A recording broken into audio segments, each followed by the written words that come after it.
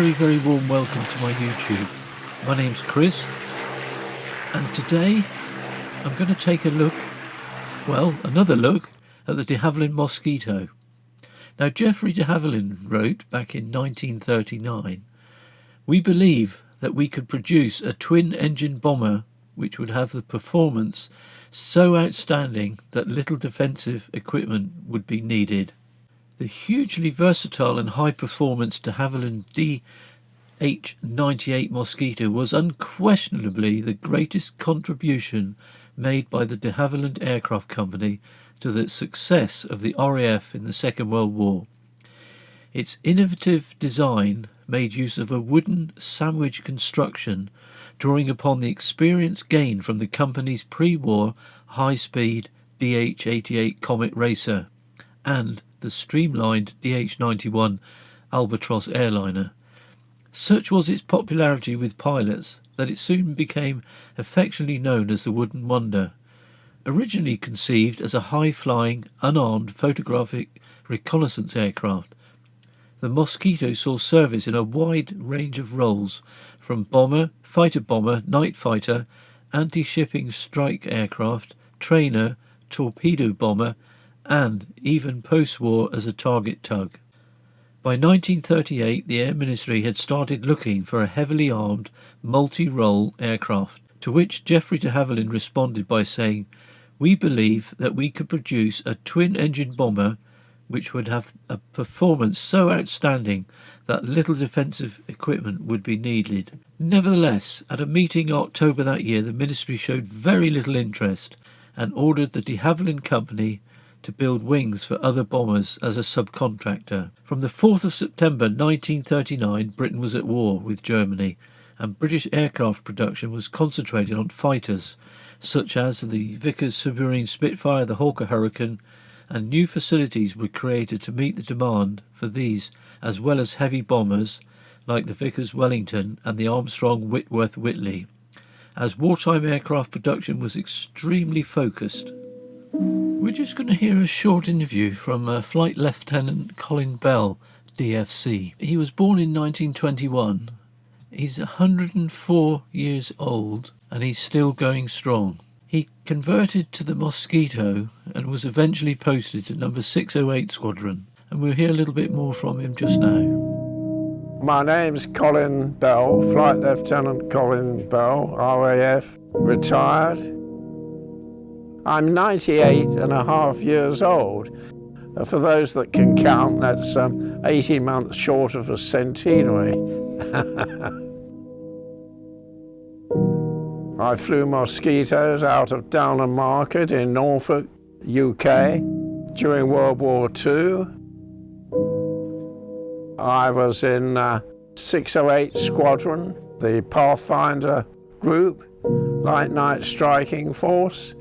I performed 50 missions over Germany, including 13 over Berlin.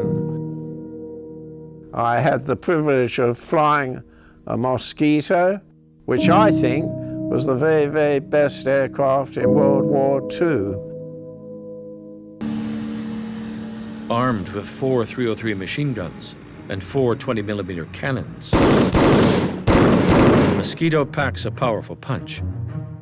Add in a potential payload of 4 500-pound bombs, and the aircraft becomes the Allies' ultimate fighter bomber. The Mosquito greatly impresses the RAF and is immediately put into service. In September 1941, the aircraft flies the first of many dangerous intruder missions, striking deep inside Nazi-occupied Europe. It was a different airplane altogether. Although it was made of good Canadian wood, it was a very durable aircraft. There was nothing like it, even at low level. At full power, it could do almost 400 miles an hour, which was faster than anything else. Well, it was very exciting. Here we had this, for those days, very high-speed airplane, very maneuverable.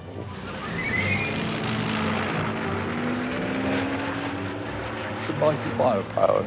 When you let go, the aircraft almost went backwards.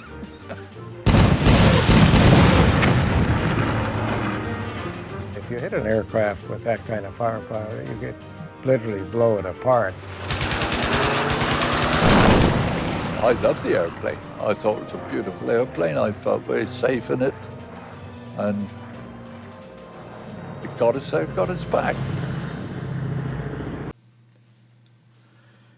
Despite initial designs receiving an unfavourable reception from the Air Ministry, de Havilland persevered. Eventually, and after a number of further impressive submissions, the Air Ministry warmed to the concept of the Mosquito, and a draft requirement was raised for a high-speed, light reconnaissance bomber capable of speeds over 400 miles an hour. To maintain secrecy, the project was designed 6.5 miles south of Hatfield at Salisbury Hall, former home of the infamous Nell Gwynn, mistress to King Charles II. Additional connections to Winston Churchill and his family made this an ideal, ironic, hidden location for the Mosquito design team of one of Britain's favourite aircraft. In 1943, the Mosquito was asked to carry a 6-pounder quick-firing gun.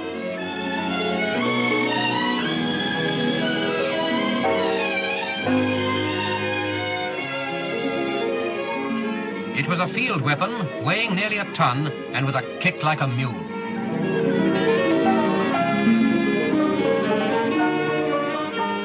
This also entailed carrying half a ton of armour. Developed.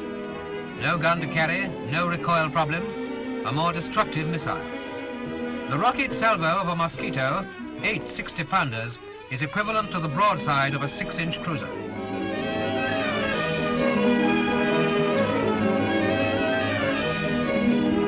Were used with devastating results against larger ships.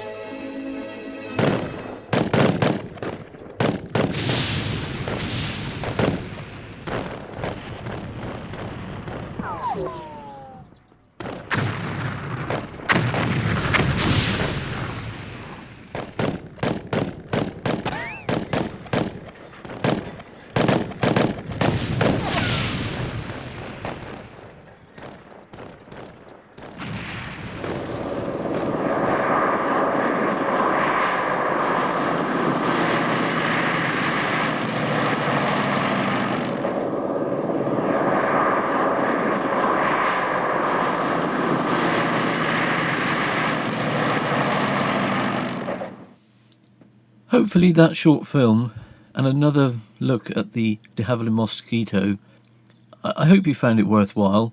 I've got several other films on my channel, particularly I've got some about the Mosquito and quite a few other wartime aircraft.